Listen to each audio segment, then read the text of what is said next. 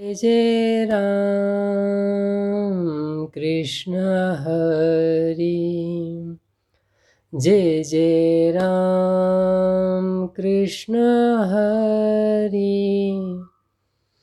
जय जय राम कृष्ण हरि।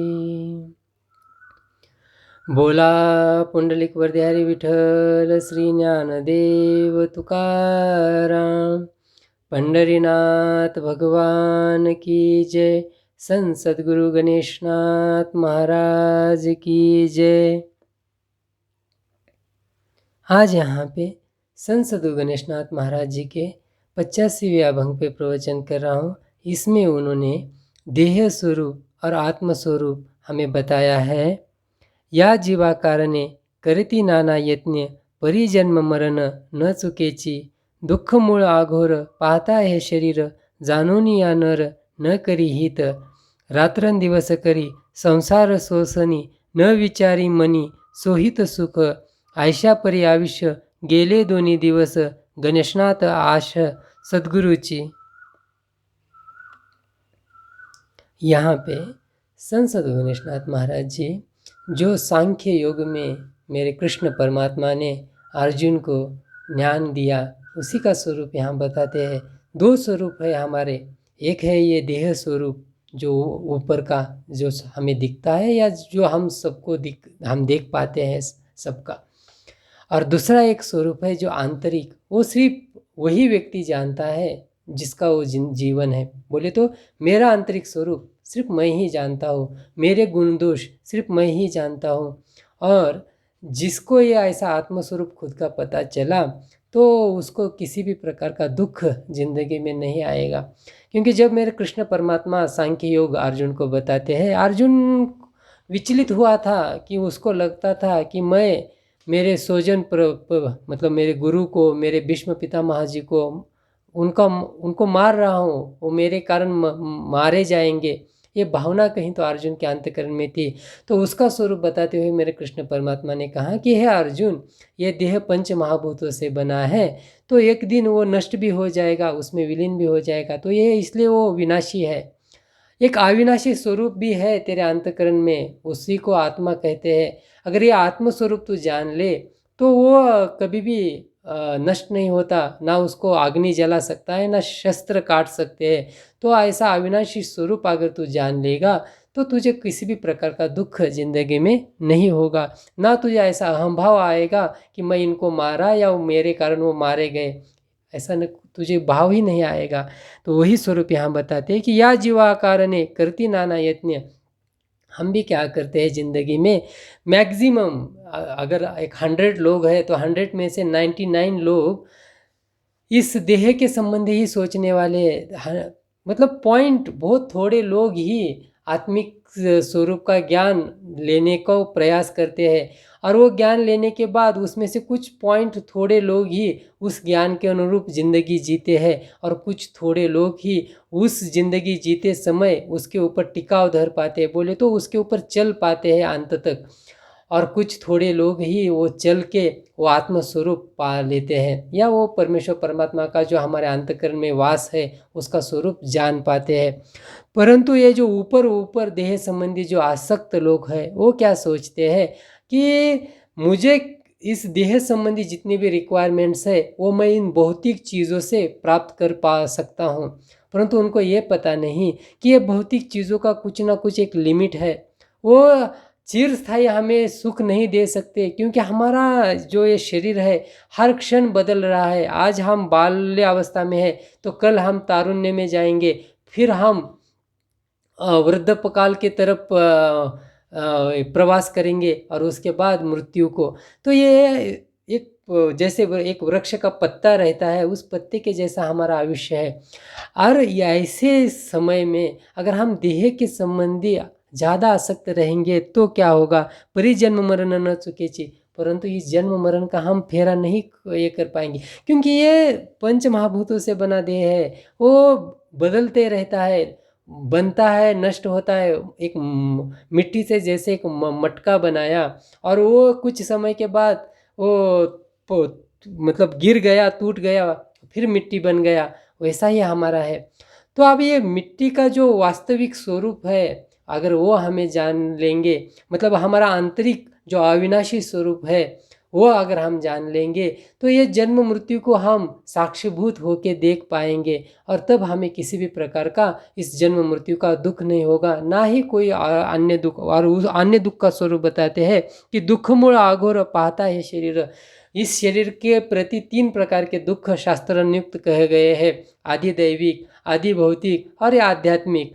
बोले तो ये जो परमेश्वर के द्वारा जो जो दुख निर्माण किए जाते हैं, जैसे कि दुष्काल हो गया, उसको हम क्या कहते कि सूखा पड़ गया, या अतिवृष्टि हो गई, या नदी को बाढ़ आई, या भूकंप हुआ, तो ऐसे समय में समझ लीजिए कि वो परमेश्वर का कोप है या इस सृष्टि का कोप है, क्योंकि ये सृष्टि परिवर्तनशील है, एक जैसा उसका स्वभाव नहीं है, हर समय उसमें परिवर्तन होता रहता है। तो इस परिवर्तन का स्वरूप अगर मतलब जैसे अन्य पशु प्राणी उसके साथ एडजस्ट करके रहते हैं, हम क्यों नहीं वैसे रह पाते? हम उस बातों से दुखी होते हैं, और उसी क्षण हम खुद को मतलब जो संघर्ष करना था, फिर से उठ के खड़ा होना था, वो खड़ा नहीं हो पाते, दुखी हो जाते हैं। ऐसे दुखी मत हो।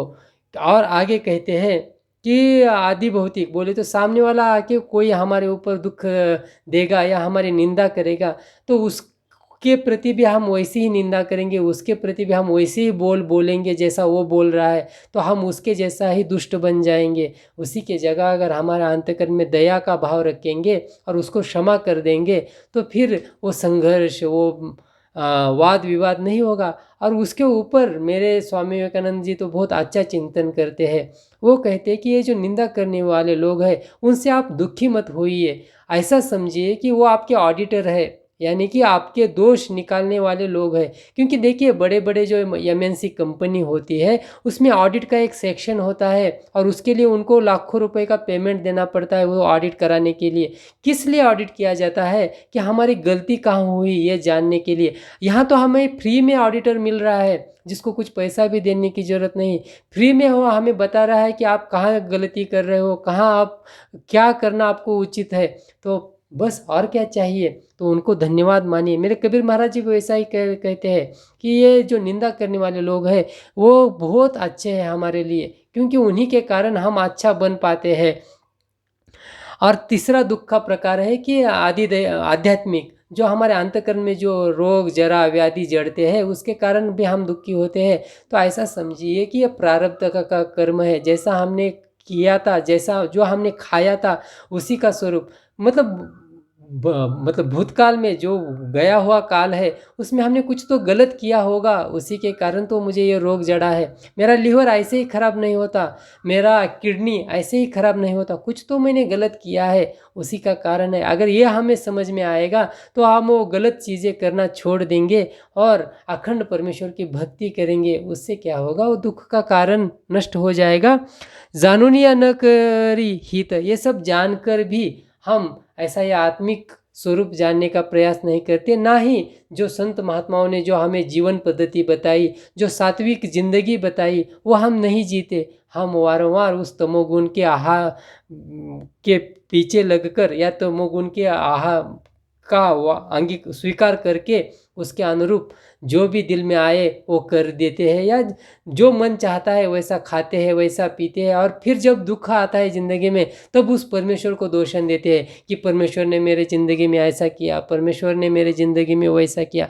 परमेश्वर ने कहाँ बोला था आपको कि कुछ भी गलत करो? कहाँ बोला था आपको कि 80-100 के स्पीड से गाड़ी चलाओ? वो तो आपको ज़िंदगी जीने के लिए ये सृष्टि बनाया था। कितना ये सुंदर सृष्टि है, हमने उसका उपभोग नहीं लिया, उस सृष्टि के चक्र अनुरूप हम नहीं चले, हमने खुद का अहम भाव जागृत करके 100 के स्पीड से गाड़ी चलाया, एक्सीडेंट होके मर गए। अब इसमें उस परमेश्वर की क्या गलती? परंतु हम दोषण तो उसको देते हैं, ये बहुत गलत है। रात्रन दिवस करी संसार सोसनी, और ये कुछ क्षण के लिए नहीं है। हम रात दिन सिर्फ इस सांसारिक बातों में ही उलझे पड़ते रहते हैं। बोले तो मुझे ये चाहिए, मुझे वो चाहिए, ये करना, वो कर कीजिए, वो आपका टारगेट है, बिजनेस है, कीजिए, आपका वो जो वास्तविक कर्म है वो कीजिए। कौन कहता है कि मत कीजिए? संत साधु महात्मा भी कहते हैं कि जोडुनिया धन उत्तम व्यवहार है। बोले तो ऐसा व्यवहार कीजिए जो उत्तम हो और उससे धन प्राप्ति कीजिए, परंतु उसी के साथ उदास विचारे वेच करी। बोले तो अंतकरण में एक वैराग्य का स्थान दीजिए, वैराग्य को, और वैराग्य रख के उस धन का सदुपयोग भी कीजिए। सिर्फ अगर इकट्ठा करते बैठोगे तो वो धन ही आपके मृत्यु का कारण बन जाएगा। अनेक प्रकार के शत्रु आपके ज़िंदगी में आएंगे और उस धन के कारण आपको मार डालेंगे। और न विचारी मनी सोहित सुख, और इसी के कारण आपका कभी भी सोहित नहीं होता, आपको आत्मिक सुख कभी भी प्राप्त नहीं होता। इसलिए दिन में थोड़ा समय निकाल के आत्मचिंतन कीजिए। हम कौन है, हमारे गुण दोष क्या है, ये जानने का प्रयास कीजिए। जब ऐसा हम करेंगे तभी वो हमें आत्म सुख की प्राप्ति होगी। ऐशा परी आयुष्य गेले दोन्ही दिवस, ये क्या बहुत है क्या ज़िंदगी? मेरे कबीर महाराज जी कहते हैं कि 8 पहर का अगर हम दिन का डिवाइडेशन करेंगे, उसमें से 5 पहर धंधे गया, 3 पहर गया सोए, 1 पहर हरि नाम बिन मुक्ति कैसे होए। जिंदगी बहुत क्षणिक है, उसमें से आधा जिंदगी सोने में जाता है, रात में। जो बचा हुआ आधा जिंदगी है उसमें बालपन है, वृद्धपन है, जरा व्याधि है। तो कहाँ है हमारे पास उतना ज़्यादा जिंदगी है? 2 दिन का तो जिंदगी है, 2 दिन का मेला है।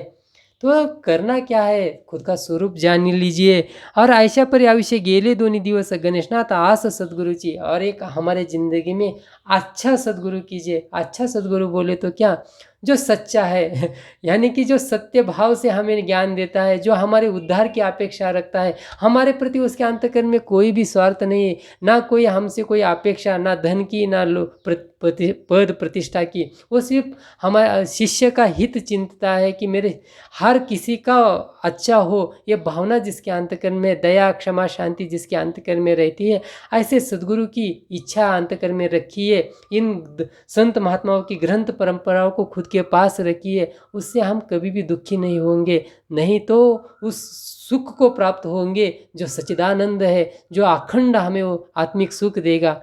यहाँ इस प्रकार संत सद्गुरु गणेशनाथ महाराज जी ने देह स्वरूप और आत्म स्वरूप हमें बताया है।